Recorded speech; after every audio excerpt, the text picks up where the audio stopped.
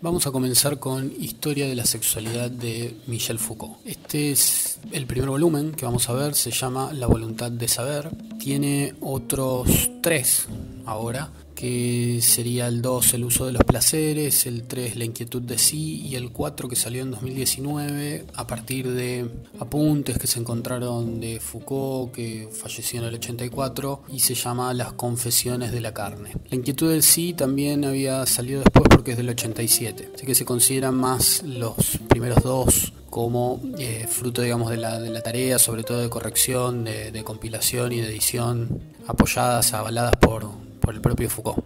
Lo que vamos a ver en La voluntad de saber, que es el subtítulo de este primer volumen de las historias, es un poco el camino, como lo reseña también en Vigilar y Castigar, de paso hacia las sociedades disciplinares en relación al campo de la sexualidad ahora, y ya no en la reclusión de la libertad, en lo que es el proceso de encierro y disciplinamiento en general de los cuerpos en las sociedades del siglo XVIII y XIX para Foucault. Así como lo hizo con la locura, ¿sí? Historiza este proceso, así como lo hizo, como decíamos, en Vigilar y Castigar, historizando el proceso de encierro, acaba historizar el proceso o los devenires de la sexualidad.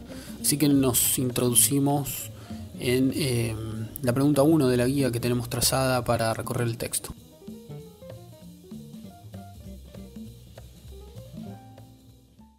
La pregunta 1 de la guía refiere a cuáles son los 2 registros que están presentes en el siglo XIX en relación a la sexualidad para Foucault. Él reseña que son la biología de la reproducción y la medicina de la sexualidad. Hay diferencias disciplinares. Uno tiene que ver con el proyecto de la biología aplicado al cuerpo humano, que tiene que ver con sus fluidos, con la química, y el otro tiene que ver con la medicina de la sexualidad, que se plantea la dinámica propia de la sexualidad humana. Es una pregunta más bien introductoria y no define un poco la perspectiva sobre el tema. Avancemos.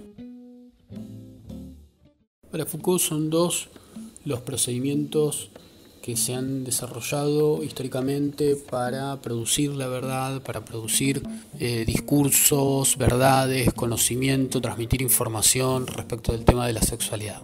Por un lado está el ars erótica, como lo denomina él, que sería el arte erótico, que se aprende a partir de la práctica, se enseña a partir de un maestro que de alguna manera posee los secretos, dice Foucault, que se aprende no a partir de una ley absoluta, sino en relación a una experiencia individual, subjetiva, en relación con cada persona que practica la sexualidad. Es típico de Oriente, entonces él lo define o lo sitúa en China, Japón, India, pero también en Roma, ¿sí? Eso es lo particular. Por otro lado, él define la ciencia sexualis, que sería la ciencia sexual, o sea, vincula el procedimiento de producción de información y de discursos en torno de la ciencia sexual, la ciencia sexualis, a partir del nacimiento de la confesión. La confesión nace a partir del Concilio de Letrán en 1215.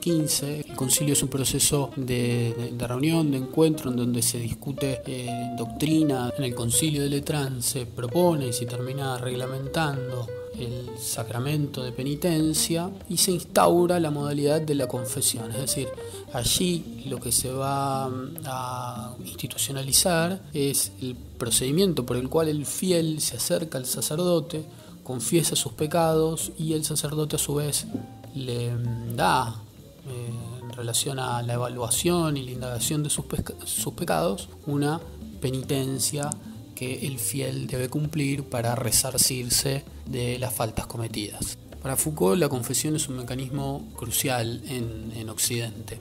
Él ve como esta dinámica en donde uno se pone a confesar a una contraparte, digamos, que tiene una posición de saber y jerárquica privilegiada, algo que se reproduce en otros campos disciplinares como en la medicina, como en la psicología, que impregna también relaciones sociales, ¿sí? Que tienen que ver con confesar secretos, confesar prácticas, acciones, y podemos traerlo obviamente hasta la contemporaneidad, como eso está como una dinámica que parece que se muestra hasta en los programas llamados de chimento, o talk shows, o los programas de la tarde, o que proliferan a todas horas del día,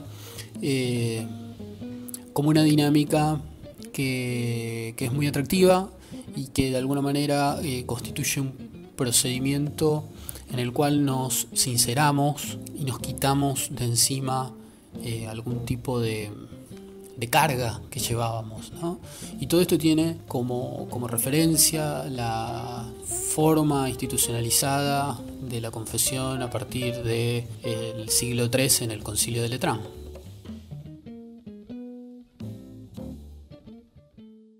En la pregunta 3 se buscan mayores precisiones respecto de la confesión. Yo me adelantaba al decir esto de que no es una relación de paridad la que se instaura entre la persona que confiesa y la persona que escucha. Hay una relación desigual, hay una relación en donde el otro tiene la potestad, la posibilidad de perdonar o no, de establecer un castigo u otro castigo. El sacerdote, la persona que escucha, también tiene como la facultad o está, digamos, obligado a indagar sobre lo que el otro quiere de alguna manera ocultar o le cuesta explicitar. Es decir, es una tarea casi detectivesca de preguntar, de consultar respecto de mayores precisiones sobre las acciones y sobre los pecados que se confiesan. Fíjense cómo rápidamente podemos empezar a hacer la conexión con la técnica del psicoanálisis. Respecto de que coincida el sujeto de la enunciación, es decir, quién es el que habla, la persona que habla, con el sujeto del enunciado, esto es, todas las referencias que señalan a quién es la persona que habla, por ejemplo, donde coinciden en el discurso periodístico, en todo lo que es cita directa, va a coincidir, ¿sí? La persona que es entrevistada dice yo creo, no necesita decir yo, dice creo que tal cosa, entonces su opinión y todas las marcas discursivas van a estar relacionadas con el mismo sujeto que habla. En cambio, en un discurso referido puede decir, bueno, tal persona cree tal cosa. Entonces, en ese discurso referido, en donde estoy citando lo que cree otro, lo que dice otro, no coinciden la persona que habla, es decir, el sujeto de la enunciación, con las marcas que están presentes en ese enunciado. En cambio, en la confesión coinciden tanto la persona que habla como las marcas que refieren a esa persona que habla. Esto para Foucault va a ser fundamental porque va a empezar a ver allí el comienzo de un procedimiento de subjetivación muy potente en todo Occidente, de la mano de esta técnica de la confesión. Es decir, la técnica de la confesión es uno de los procedimientos más fuertes para producir subjetividad. Foucault encuentra vínculos fuertes, principios, mecanismos con los cuales vincular la producción de conocimiento científico con la confesión. Son 5 puntos. El primero lo denomina la codificación clínica del hacer hablar, que tiene que ver con el relato de sí mismo, relato que produce la persona y el examen sobre ese mismo relato. El segundo lo denomina el postulado de una causalidad general y difusa, y tiene que ver con decirlo todo, explicitarlo todo y poder la persona que escucha también interrogar sobre todo, porque justamente algo que se omita puede ser el nexo causal por el cual se llega, por ejemplo, al síntoma o explicar el síntoma. El tercero lo denomina el principio de una latencia intrínseca de la sexualidad y se refiere a que está en la naturaleza de la información. Se refiere a que el saber sobre el sexo o la verdad sobre la sexualidad se escabulle, es difícil de encontrar. El cuarto es bien interesante, que tiene que ver con la interpretación, el método de interpretación. Entonces, lo que dice Foucault es, si hay que confesar, es ya no solo porque el confesor tenga la posibilidad de perdonar como en la técnica de la confesión, sino porque es crucial su interpretación. O sea, la verdad no reside en el sujeto que porta la información o que comunica la información, sino en el saber que la escucha y la interpreta. Respecto de la consulta médica, eso se sigue dando. El paciente le dice al doctor, doctor, me pasó esto o me pasa esto otro, y es recién allí cuando el médico le da su parecer, es decir, interpreta esa información que el paciente puede llegar, por ejemplo, a quedarse más tranquilo si fuese algo que no refleja ninguna sintomatología preocupante. Y el quinto principio, mecanismo, tiene que ver con la medicalización de los efectos de la confesión.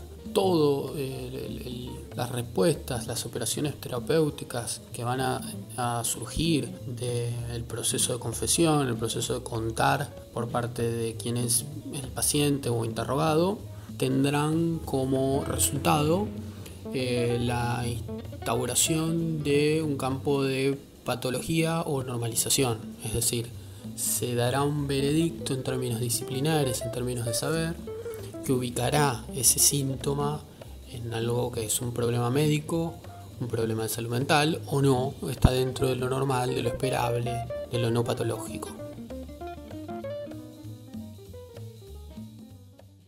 En la pregunta 5, Foucault desarrolla en la página 51 de la bibliografía que tenemos en común lo que denomina la unidad de dispositivo para representar o para comentar una de las representaciones del poder que él va a discutir, que es el de la hipótesis represiva, cómo Foucault casi caricaturiza este concepto de poder que se ejerce de arriba hacia abajo, con la misma fuerza en todas las instancias, del príncipe al padre de familia, dice Foucault. Y obviamente él va a discutir esta noción de que existe un poder sobre el sexo que todo lo pueda, que constituya en todos los niveles la posibilidad de generar las mismas relaciones, las relaciones de fuerza, quiero decir. Sería solamente un poder derivado de la ley, ¿sí? Pobre en recursos, dice Foucault, sería un poder que reprime el sexo y las mismas leyes o las mismas leyes constitutivas del deseo. En ese sentido sería lo mismo que expresa en Vigilar y Castigar. En la próxima pregunta lo desarrolla más como cuestión metodológica, pero sería entendido el poder de arriba hacia abajo en instancias jerárquicas, institucionalizadas, que derivan de manera por goteo el poder a instancias más pequeñas hasta terminar sujetando al sujeto a partir de esas derivaciones. Para Foucault es mucho más complejo. Ahora vamos a ver cómo otra vez formula sus hipótesis de tipo metodológico. Por eso en la última parte de esta pregunta 5, que se pregunta por la idea de guillotinar al rey, justamente es una metáfora en donde Foucault construye esto que también decíamos en Vigilar y Castigar. Se sigue pensando como que el poder es ejercido por un monarca. No se piensa el poder en términos de relaciones. Y ahora vamos a profundizar en la próxima pregunta. Primero lo define en términos negativos al poder, es decir, ¿qué no sería? ¿Qué no sería el poder en mayúsculas o el poder entre comillas? Lo coloca en el texto, que se representa desde el sentido común respecto de la categoría de poder. Conjuntos de instituciones, de aparatos, de leyes que componen el Estado. No sería eso para Foucault el poder, o no residiría allí en ese tipo de representación la forma en el que él piensa la categoría de poder. Tampoco es un sistema en donde todos sus engranajes responden a la voluntad de alguien que está al frente de las estrategias de que se imponga sus ideas o sus acciones. El poder más en términos más maquiavélicos o más conspirativos. No es ese sistema que muchas veces también se representa desde el sentido común. El poder económico o el poder mediático. Bueno, para Foucault no habría una perspectiva para entender que existe el poder mediático o el poder económico, pero tampoco lo habría respecto del poder del Estado o del poder de policía, por ejemplo. En términos positivos sí define el poder como una multiplicidad de relaciones de fuerza inmanentes, dice Foucault, y propias del dominio en que se ejercen. Es decir, no podemos definir esas mismas relaciones de poder, ni estudiarlas, ni generar reflexiones o conclusiones a partir de ellas, sino estudiamos en concreto cómo se desarrollan y cómo se ejercen. no existen en abstracto, existen en términos prácticos de concreción y de realización. El poder es una lucha permanente de estas relaciones de fuerza por generar, por lograr, por producir adhesiones a discursos, a acciones, a políticas, a vinculaciones, a perspectivas, pero es una lucha, una controversia, es una permanente disputa las relaciones de poder. No existe un foco central, no existe un foco único, no existe la Casa Rosada, digamos. No quiere decir que allí no haya relaciones de poder que se consolidan y les permiten a las personas que allí se encuentren o en algún otro espacio o en alguna otra institución o en algún otro lugar físico, geográfico, formas de relaciones de poder que puedan concretarse y desarrollar acciones. Ahora, no las tienen garantizadas por el solo hecho de llamarse con un nombre de tipo institucional y tener una jerarquía dentro de esa organización o institución. Dice que es omnipresente el poder, está en juego, está en disputa permanentemente.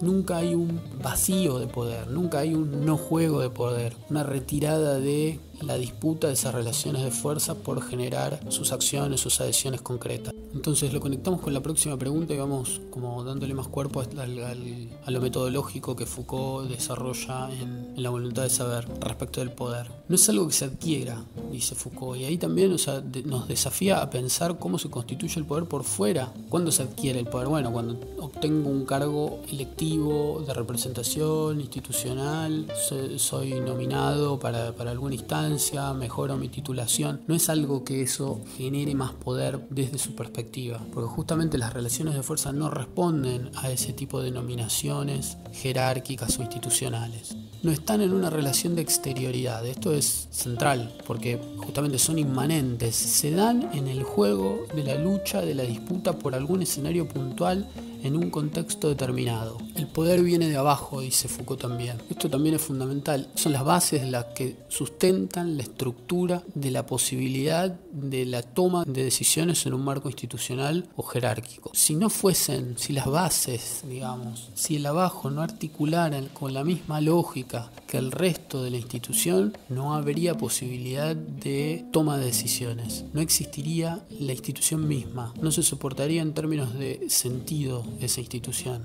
Dábamos el ejemplo con el dinero. Si las personas que utilizan esa moneda no legitimasen la existencia de valor en ese papel pintado de colores, no existiría el valor en términos de confianza en una moneda o depositar la confianza en que ese papel tiene un valor de intercambio o que conserva la posibilidad de ahorrar. En el próximo punto dice Foucault que a la vez que son intencionales, las relaciones de poder son no subjetivas. ¿Qué quiere decir aquí? Primero, que no hay poder que no se ejerza sin una serie de miras u objetivos, dice Foucault. Todo poder tiene la intención de generar o de que se resuelva en un sentido u otro una acción, una tarea, una adhesión, una posibilidad. Pero eso no significa, en el mismo sentido que las teorías conspirativas, que haya un sujeto, un único portador de esa llave de concretar todas esas relaciones que van a obtener un efecto preciso y buscado en el mismo sentido que eso se espera. Por ejemplo, en el medio de una pandemia eso se nota bastante bien, o los efectos de un cambio climático. Todas esas personas que están en posiciones absolutamente dominantes en términos económicos del resto, o que tienen una posición privilegiada respecto de su patrimonio económico o patrimonio de relaciones, también se ven de alguna manera puestas en jaque frente a los cambios climáticos o frente a la pandemia. Es decir, no hay nadie que esté en exterioridad del juego de relaciones de poder. Lo mismo respecto de, desatar una guerra. Los efectos de esa guerra, el terrorismo, por ejemplo, respecto de Estados Unidos. Esos efectos no pueden predecirse en términos de un titiritero que maneja, ¿sí?, con los hilos de manera absoluta toda la suerte de su títere, sino que siempre hay cosas que se le pueden escapar y que se terminan resolviendo de una manera inesperada en otras instancias mucho más micro. Y obviamente, que lo hemos dicho también en Vigilar y Castigar, donde hay poder hay resistencia. Es decir, el poder todo no lo puede. Frente a toda ley hay una resistencia. Frente a toda norma existe la posibilidad de que alguien no la cumpla o que no, o que prefiera no hacerlo. Entonces, algunos ejemplos. En el video de Strassriver que yo le subía, él desarrolla algunos ejemplos como el del colectivero. El colectivero tiene en sí la posibilidad de parar en una esquina cuando la persona que es transportada toca el timbre, ¿sí? O no hacerlo. En ese momento, esa persona está ejerciendo una posición totalmente privilegiada en la trama que construye el poder dentro del espacio del colectivo. El padre de familia sentándose en un lugar privilegiado de la mesa, pero también podemos sumar el portero de un edificio que tiene relaciones de poder establecidas, vínculos generados con la administración del edificio, con los distintos propietarios, y que de esa manera puede llegar a concretar determinadas acciones o resistir de manera más uniforme a determinadas otras acciones de algunos propietarios, por ejemplo. Dentro de los campos que también resisten al poder, se constituyen, obviamente, resistencias privilegiadas a ese poder. Es decir, no es lo mismo discutir el poder y consolidar esas discusiones como lo están haciendo, por ejemplo, los distintos feminismos en la calle. Otros ejemplos, un musicalizador en un boliche, un DJ, ¿sí? Establece qué se escucha en ese momento y cómo se conecta una cosa con la otra. Un productor en un noticiero que establece qué queda dentro de una agenda o qué queda fuera. Un editor que establece qué queda dentro y qué queda fuera también en términos de imagen y sonido. Un conductor que realiza determinadas preguntas y no otras. Allí hay relaciones de poder, no solamente en el dueño del medio de comunicación, sino en todas las relaciones de fuerza que atraviesan una redacción o una producción.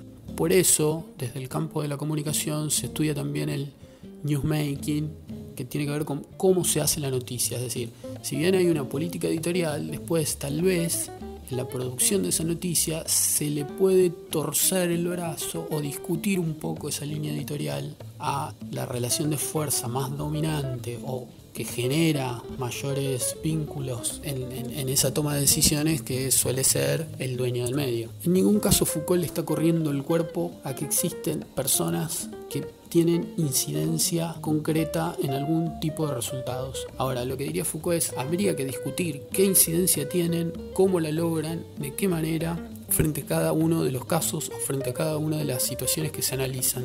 No existe alguien que siempre tenga el poder de desarrollar todo el tiempo lo que quiere o lo que le viene en gana. Pero insisto, todo el tiempo se están jugando estas relaciones de poder. ¿A quién convoco para el partidito del viernes a la tarde o a la noche? ¿Sí? ¿Quiénes son los 5 o los 10? ¿Quién va al banco? ¿Quién gestiona todo eso? ¿Qué se come a la noche? ¿Quién lava los platos? ¿Quién saca la basura? ¿Quién saca el perro? Todo eso lo determinan relaciones de poder y disputas permanentes al interior de cada organización.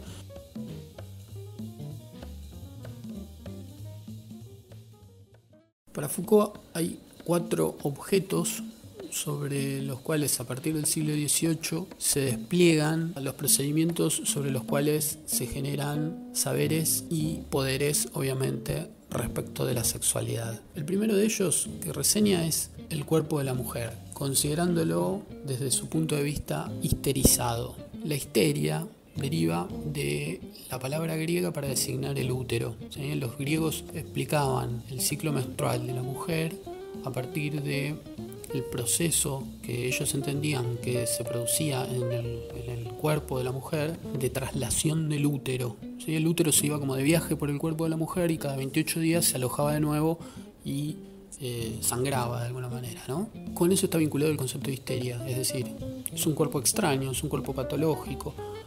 Obviamente hay muchas de las mujeres, la mayoría de los casos sobre los que trabaja Freud al comienzo de su clínica son mujeres. Imaginemos un siglo XIX y un principio del siglo XX en donde la mujer no se ha integrado plenamente al mercado del empleo, donde la mujer está de manera abiertamente frustrada, demasiado controlada, no hay sexualidad extramatrimonial de manera abierta y consolidada como los varones. Es decir, la mujer es fruto, digamos, de una serie de síntomas que comprometen su salud mental. En ese caso aparece como objeto de estudio. El segundo punto que encuentra o que comenta Foucault es la pedagogización del sexo del niño. Y aquí lo que se trata es de presentar la sexualidad, sobre todo el autorreconocimiento y la posibilidad de generarse placer en el propio cuerpo por parte del niño como algo que puede generar traumas o problemas sexuales, físicos, morales, religiosos. El tercero es lo que se llama socialización de las conductas procreadoras. Es decir, se deposita la esperanza en términos demográficos en esa unidad mínima que es monogámica, heterosexual, que consolida una familia. Ese es el núcleo de la procreación. Y el cuarto, es la psiquiatrización del placer perverso. Es decir, se divide lo normal de lo patológico. Se empieza a consolidar una estructura que deja dentro y deja afuera determinadas conductas humanas.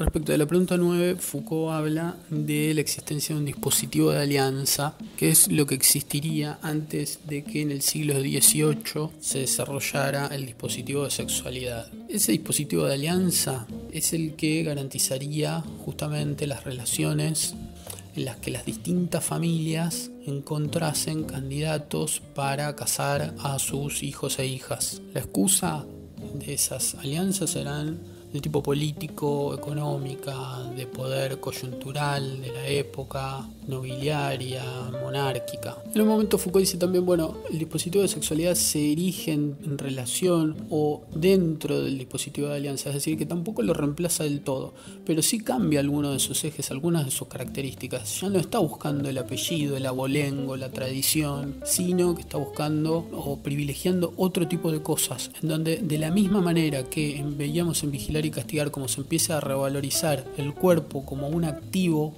en términos económicos, en términos de mercado, aquí ocurre lo mismo con el dispositivo de sexualidad. Ya no es entrego mi hijo o mi hija para lograr consolidar determinado apellido o posición social, sino es el patrimonio mismo del cuerpo el que se negocia. Entonces ya ahí la cosa pasa por otro lado. Ya no solamente busca la reputación, consolidar el apellido como decía, sino, ¿con quién estoy casando a mi hijo o mi hija?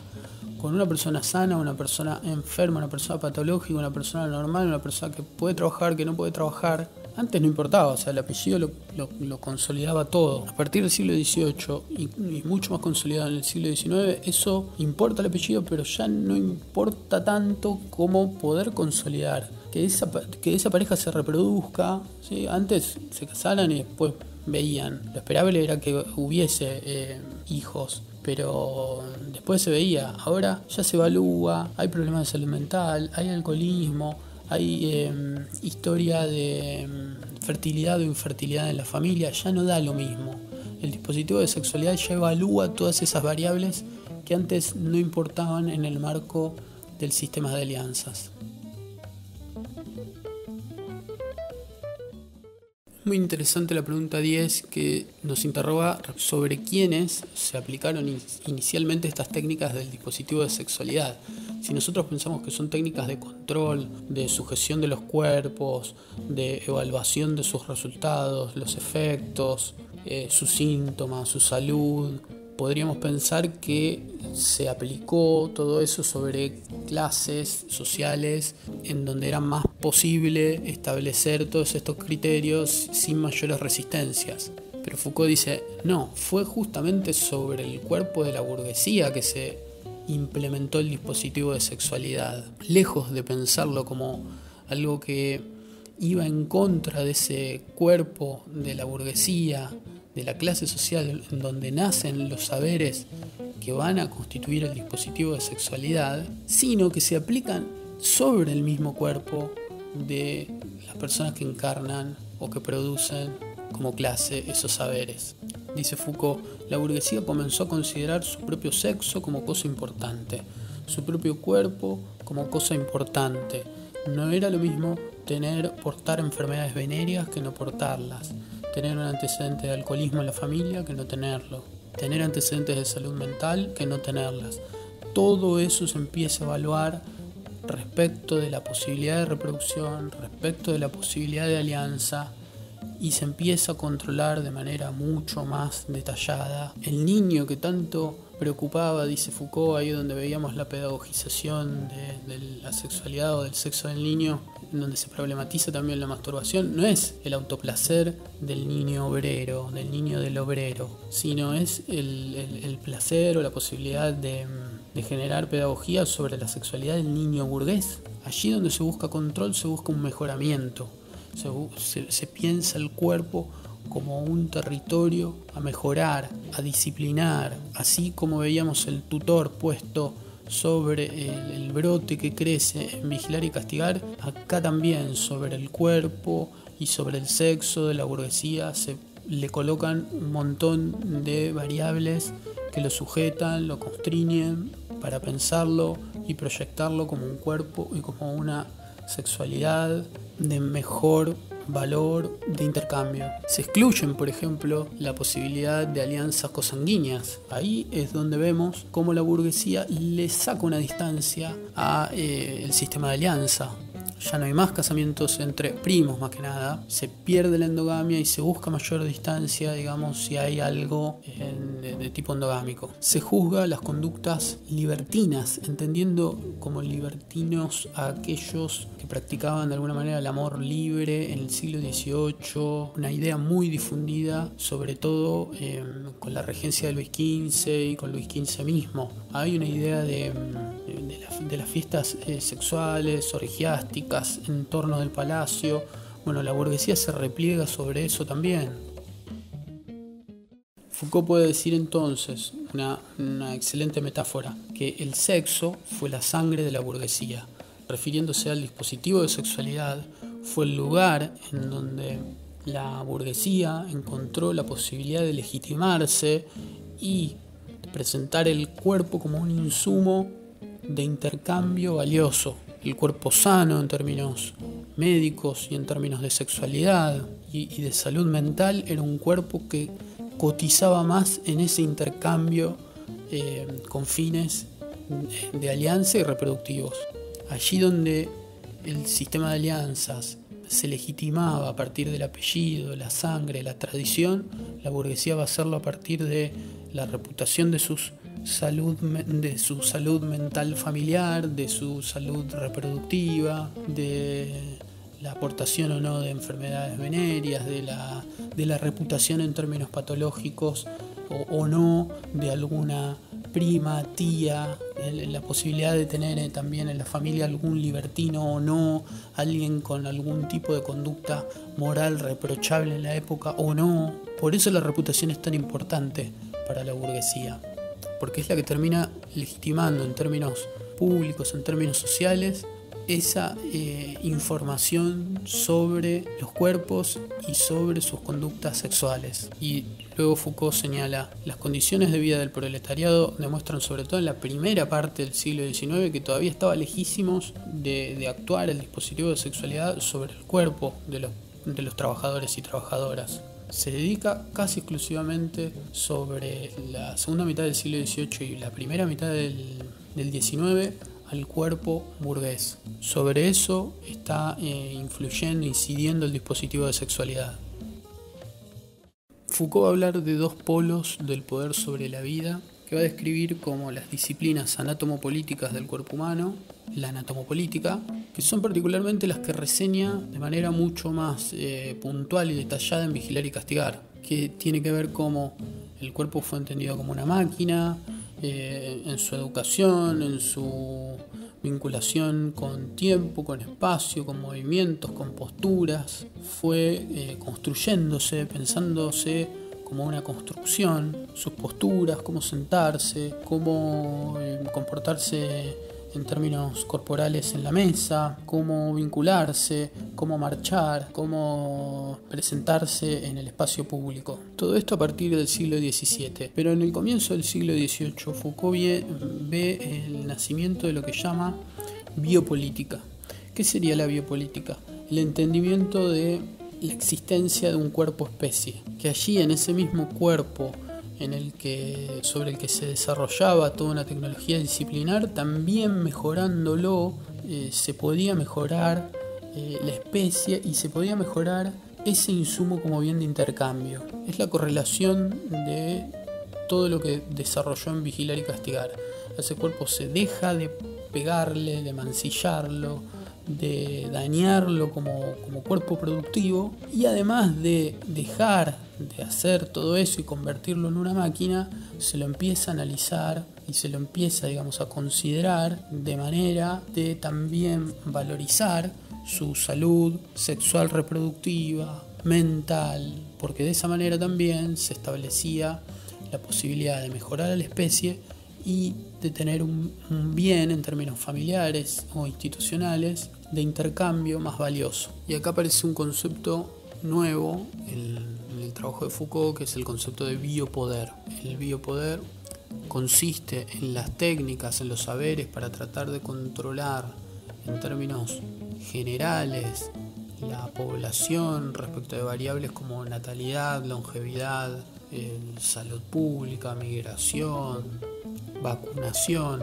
Todas estas son ejes de las políticas que el biopoder va a desarrollar sobre las poblaciones, porque esa es la categoría con la que se manejaría o se diferenciaría el biopoder. Son políticas poblacionales, demográficas. Para Foucault el biopoder es fundamental, de la misma manera que el dispositivo disciplinar es fundamental en la transición al capitalismo o en la posibilidad de generar los controles y las disciplinas que garanticen la sujeción, la dominación y el orden de esa cantidad de personas, sobre todo vinculadas a la revolución industrial. El biopoder es lo que garantiza la posibilidad de controlar, por ejemplo, la epidemia de cólera en 1850 en Londres, las distintas campañas de vacunación, los distintos controles demográficos, las epidemias de sífilis. Si no existiese un poder sobre la vida de la categoría de lo que define o de la dimensión de lo que define Foucault, tampoco hubiese sido posible un cuerpo que era indispensable para el desarrollo del capitalismo.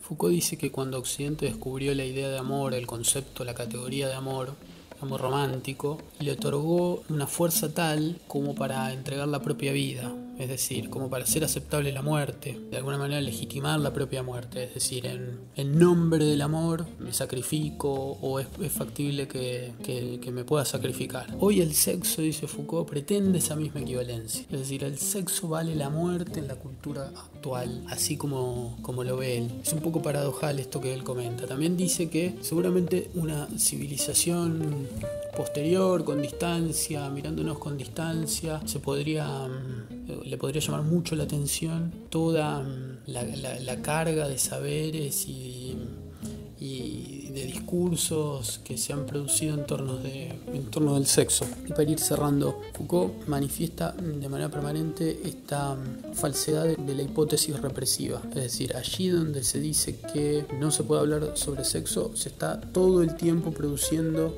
discursos sobre sexualidad. Lo vemos en la etapa contemporánea, se habla todo el tiempo de sexo en los programas de la tarde, de la noche, es decir, no es que no hay saberes o dilemas o reflexiones o discursos sobre la sexualidad. El problema es qué es lo que se dice sobre eso, cómo se lo constituye como objeto. Siguen teniendo la lógica del secreto, la lógica de la confesión. Te cuento lo que me pasa, te cuento mi actividad sexual, te cuento lo que siento, lo que quiero. Pero no se trabaja en términos de diversidad, no se trabaja en términos de lo no normado, es decir, todavía los medios de comunicación siguen legitimando algunas prácticas, legitimando algunas diversidades y otras no, manteniéndolas como anómalas, como abyectas, diría Butler.